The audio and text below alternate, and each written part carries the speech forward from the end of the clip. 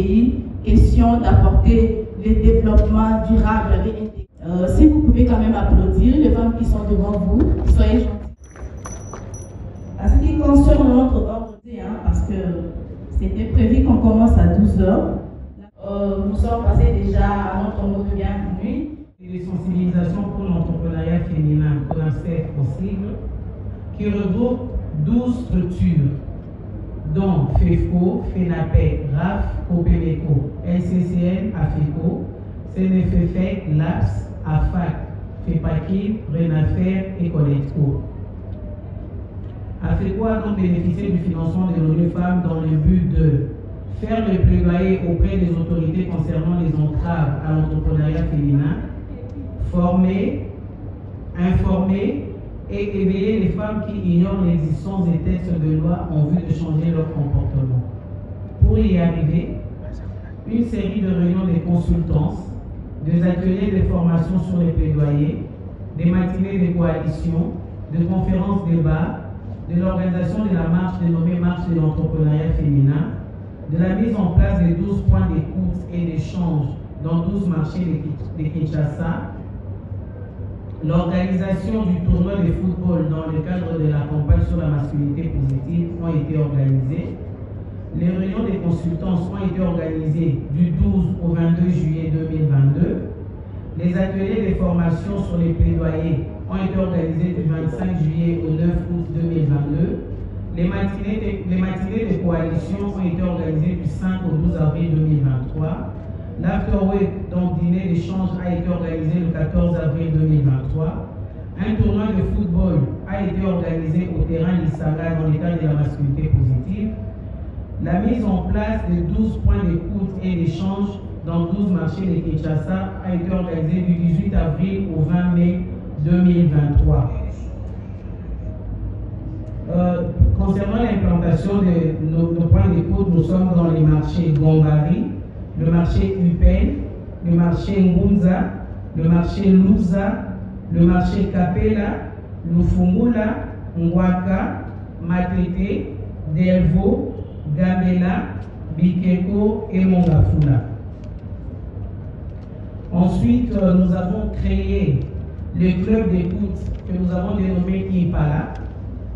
Et puis nous avons organisé, nous continuons à réaliser des émissions dénommées Tour de l'entrepreneuriat sur 4 chaînes, sur 4 radios. Donc il y a la radio Okapi, la radio ECC, et plutôt la radio Elikia, la radio ECC, la radio RTK et puis la radio de la femme.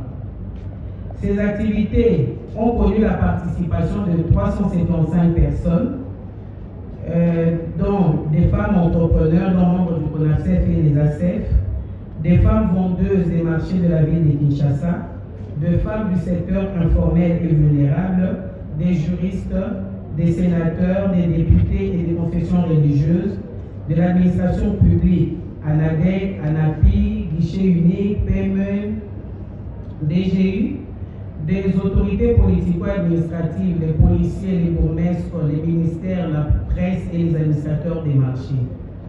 L'objectif visé de ces assises était de renforcer les capacités des acteurs institutionnels et de la société civile, partenaires de mise en œuvre du dit projet, au niveau national, provincial et local, pour garantir leur capacité à porter et à défendre les réformes législatives eu égard aux droits des femmes dans les plaidoyers pris en compte et en tenant compte de l'implication du genre.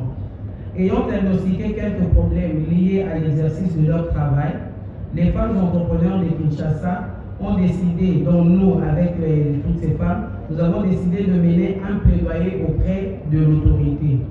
Le présent plaidoyer a porté sur les thèmes spécifiques choisis, ciblés et identifiés par les femmes entrepreneurs. Donc voici le point. Donc il y a un, on a parlé sur la formalisation des entreprises au guichet unique de création d'entreprises. 2, sur l'insécurité et les violences dans les marchés. 3, sur l'industrialisation. Et 4, sur l'accompagnement et l'appui aux PME. En ce qui concerne les médias formés par rapport aux radios, donc il y a les 8 journalistes des radios communautaires, Mais je pense que cette partie, je vais laisser à Madame Patience Barandé qui va aborder sur... Pour essayer de les mettre en exergue, de valoriser au fait ce qu'elles font comme activité.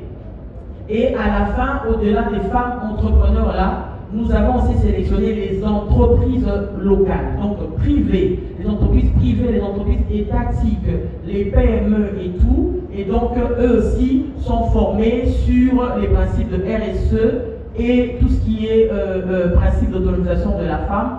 Et il y aura à la fin, pour clôturer, un forum qui sera organisé dans ce cadre-là, où nous allons remettre aussi des awards à ces personnes-là. Donc, les femmes-là de la COPA et les entreprises publiques et privées que nous allons remercier pour ceux qui ont mis en place ce mécanisme-là des principes d'autonomisation de la femme, ainsi que la RSE, comme on l'appelle, au sein de leur entreprise.